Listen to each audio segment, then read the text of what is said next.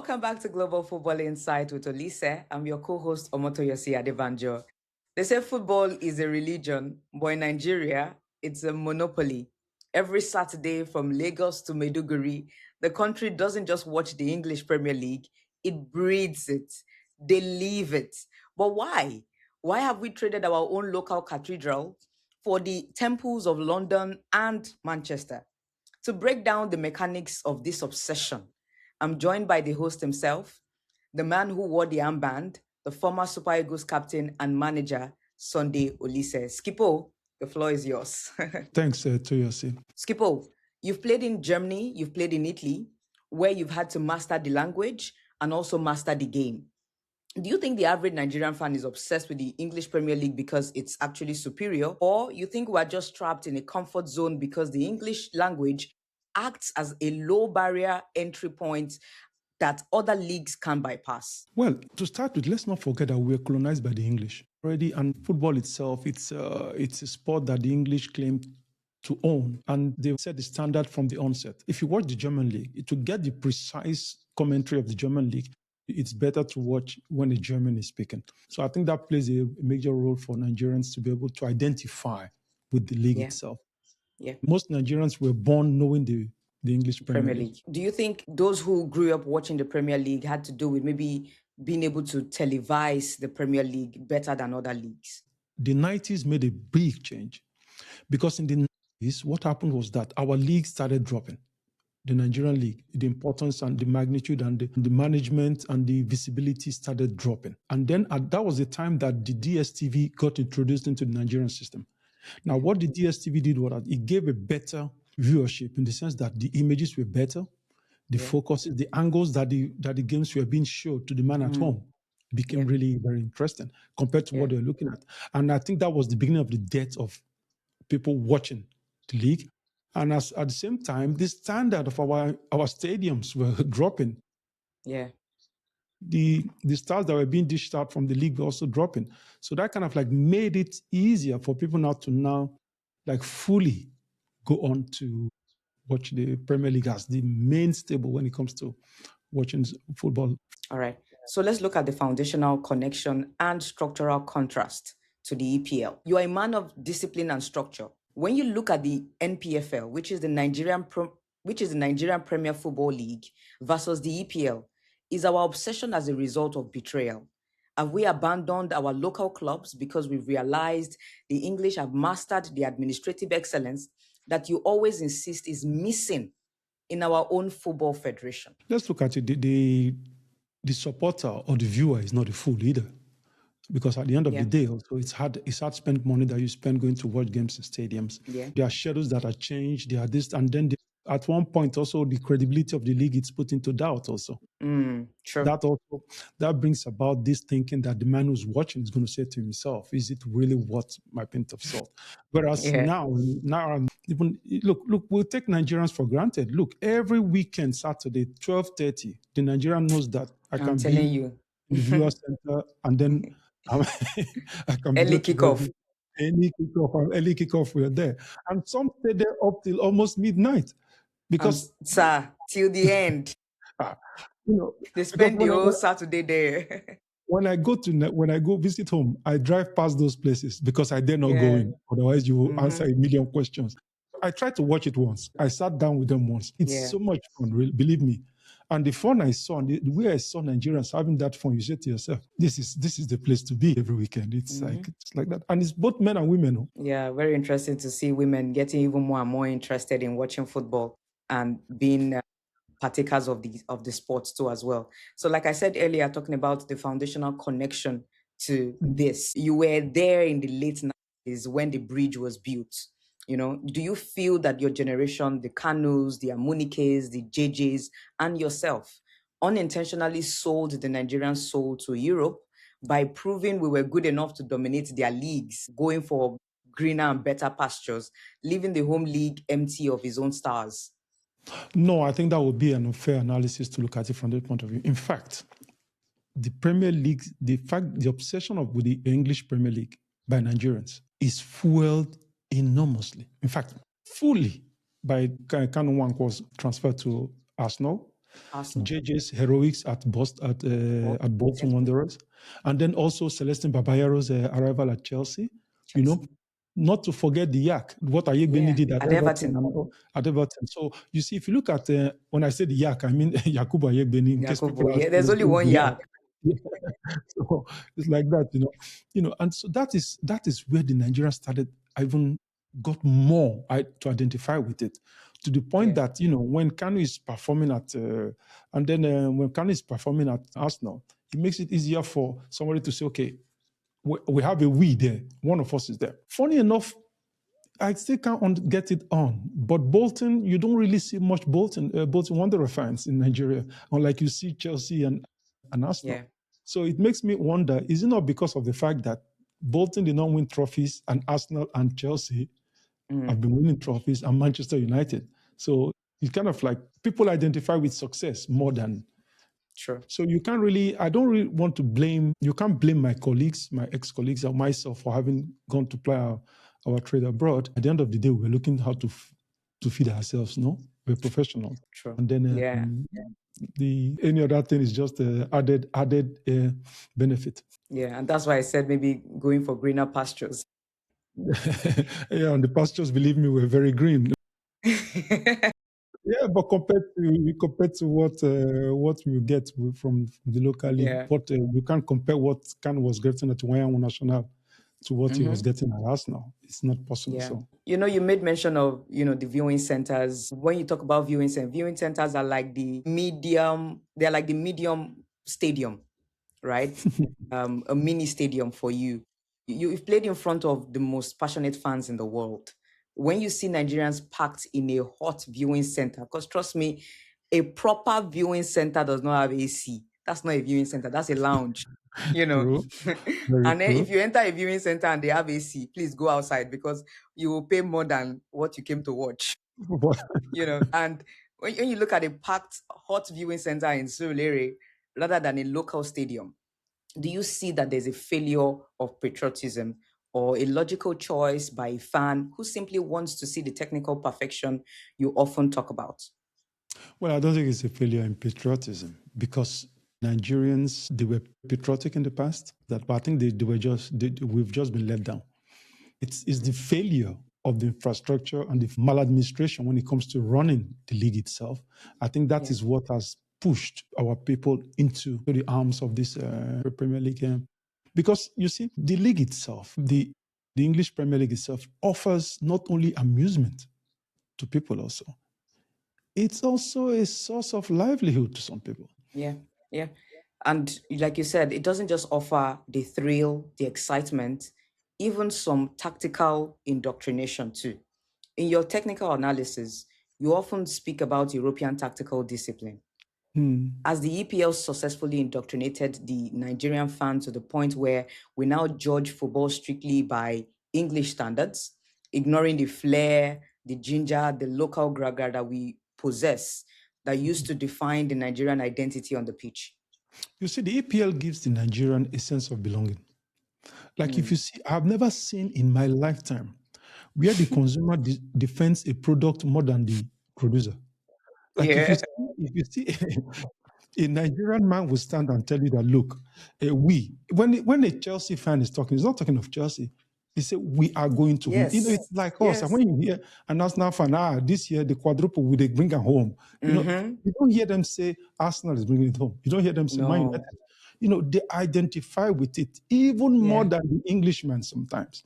So it's not a question of, it's a question of the fact that this passion and the love for the game, and they've lost a lot too, because let's not deceive ourselves. Let's be fair. When the Super Eagles is playing, Nigerians transfer this fanaticism to the Super Eagles too. So then you see them identifying with Super Eagles, like during the AFCON. Like we saw it at Cote d'Ivoire when even if we didn't see it too much at Morocco because of the restrictions as regards the fans coming in.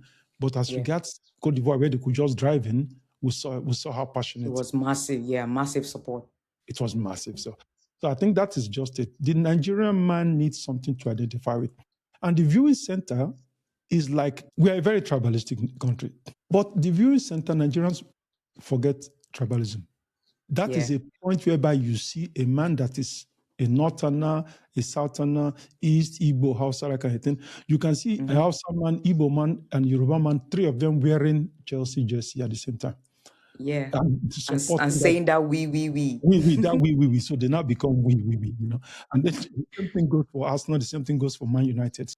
Yeah. This center is, it's life, huh? Let's not forget it. This is life. This is why it also explains why Nigerians are passionate about this league, because it gives them something to celebrate at weekends. Yeah. You, like you rightly said too, that it's a source of livelihood for Nigerians, which it has gotten to that point. It's gone from just supporting your club head on to even making some money out of this. We've moved from passion to a pension fund mentality. As a man who knows the pressure of results as manager, how dangerous is it for the Nigerian psyche that our youth now view the EPL not just as a sport, but as a high-stake financial escape route? Times are hard. With the betting system going on now, there is a possibility to move away from poverty into something better.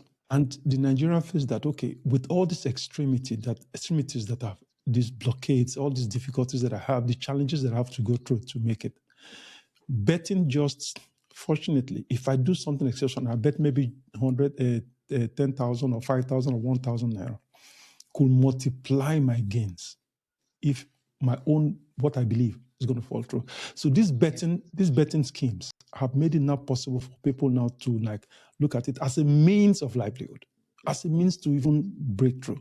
So the EPL itself it has now become, they follow it passionately. And in fact, I was explaining it once to a man on the flight when I was going back home or coming back, I can't remember anymore, was asking me something about the why the players are being harassed. And I told him, I said, look, sometimes these fans go overboard, not only just because the game was lost. They go overboard also because they are angry.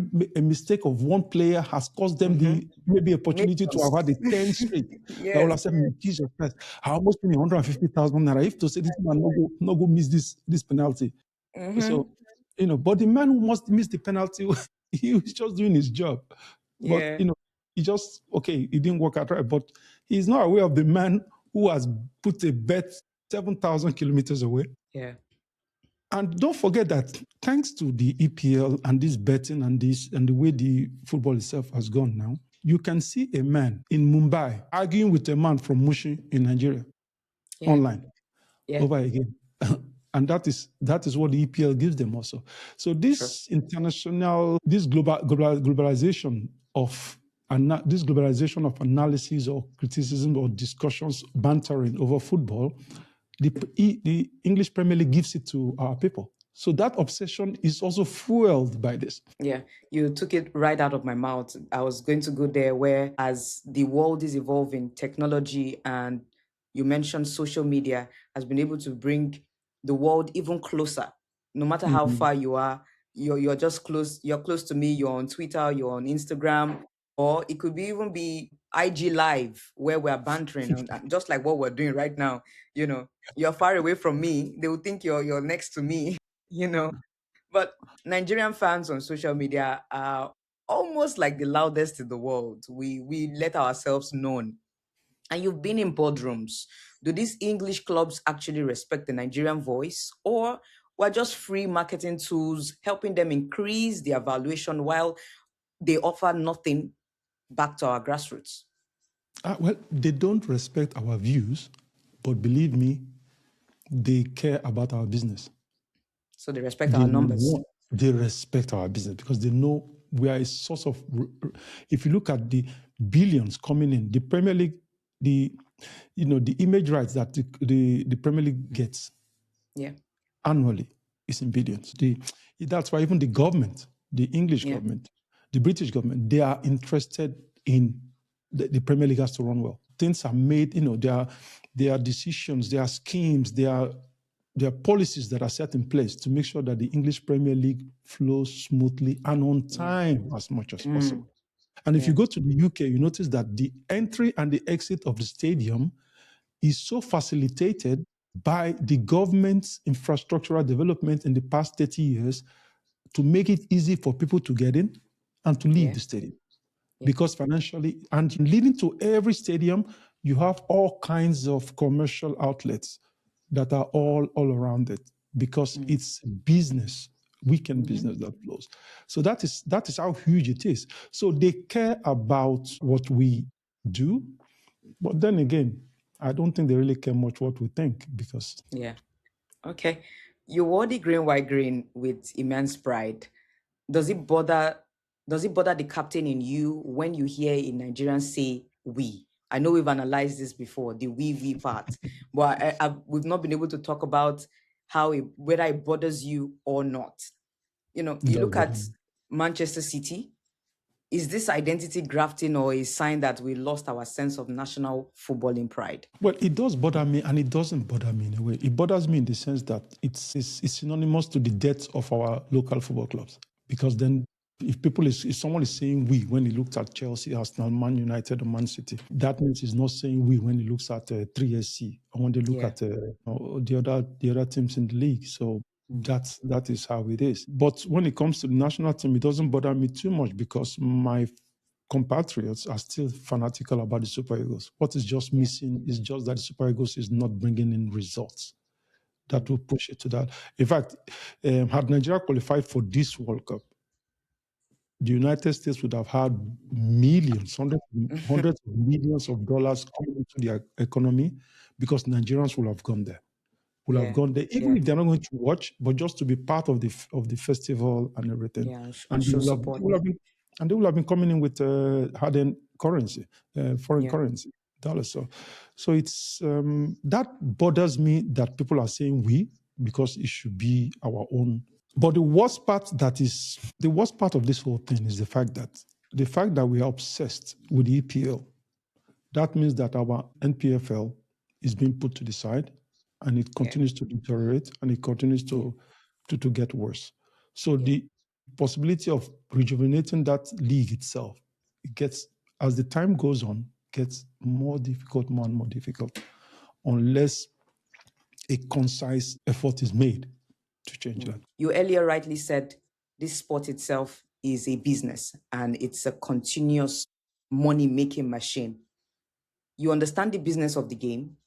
If we redirected the billions of naira currently flowing into the UK subscriptions and betting shops back in Nigeria, back into Nigerian academies, could we rebuild the NPFL to the standard of the Eredivisie or even the Belgian Pro League, maybe within a decade? Well, it's not a question that you're going to be rebuilding. You also be recreating employment for the people who go to watch to the centers, viewing centers every weekend. Yeah. Because don't forget that if the league is going on, like I explained to you now how it goes on in the Western world, if the league is going on, the businesses, outlets that are all around the stadium or even in the city itself, they're going to make money. So that is, it's simple. The money has to come somewhere. There are limited resources. It's either it's going there or here. It can't go both ways. So the more you're giving that is going out that way, the less that is here. So that is what is killing the success of the EPL is killing the local scene in all ways, financially, when it comes to infrastructures, fan followership and everything. Yeah. But we can be optimistic in the sense that it is still possible to change that. It is not irrevocable, but it has to be a concerted effort, concerted and concise effort to make it work. And otherwise, we are fighting the loser's battle. Finally, Skippo, before I let you go, looking at the rise of the Saudi Pro League and individual brands like Ademola Lookman, Victor Osimhen, and many others like that, is the English monopoly in Nigeria a permanent empire? Or is it a fragile bubble that could burst in the moment the superstars' migration move elsewhere? Well, it's going to be difficult to burst because, like I said, the government itself, they are aware the importance of the English Premier League to the economy. Yeah. And it's a source of livelihood for the people, for the business itself. So they are doing everything possible to make sure that this business will continue to go. But having said that, you see, football itself, nothing is permanent, just like in life. Changes are the only things you should be guaranteed to see happen. 20 years ago, we're really not in a hurry to go to the English Premier League. We're always all in a hurry to go to the Italian league. That's where the big boss That's where you earn the huge earnings. Big money was there. And then if you got tired of the Italian league a bit, you went into the Spanish league. But you had to go to the top four, be it Real Madrid, Barcelona, Atletico Madrid. They were paying well then, thanks to the then president, who's dead now, Jesus Gil. And then there's always one club that pays well, maybe Valencia or somebody that's just coming up. So it was those four clubs you could, otherwise it was the Italian league. Because the Italian league sometimes, okay, this is how it was. In the 90s, the Italian league, the team that is fighting relegation, sometimes players were earning more than teams that were fighting to be champions in the English Premier League. Oh, really? And it was even easier to earn well because when you went to Italy in the 90s, your wages, they were tax-free. So they used to call us, we had this joke among players, then we used to talk about netto brutto. They play brutto league, me, they play netto league. That's you're playing brutto, you still have to pay taxes. Netto league, everything I agree at the end of the month. So all players were running there. It was the ones that didn't want any more in the Italian league that were going to the Premier League. To the Premier League. Today is the opposite. Players that Man United don't want anymore, they went to Napoli. Yeah. The ones that Man City they want, they went to Napoli. They don't want that, they go to AC Milan. So that's why if it happened, why won't it happen again? It could happen again. Wow. Well, I don't know about it being able to happen the way it happened with the Italian league, but it would take a whole lot for that to happen. We thought the same.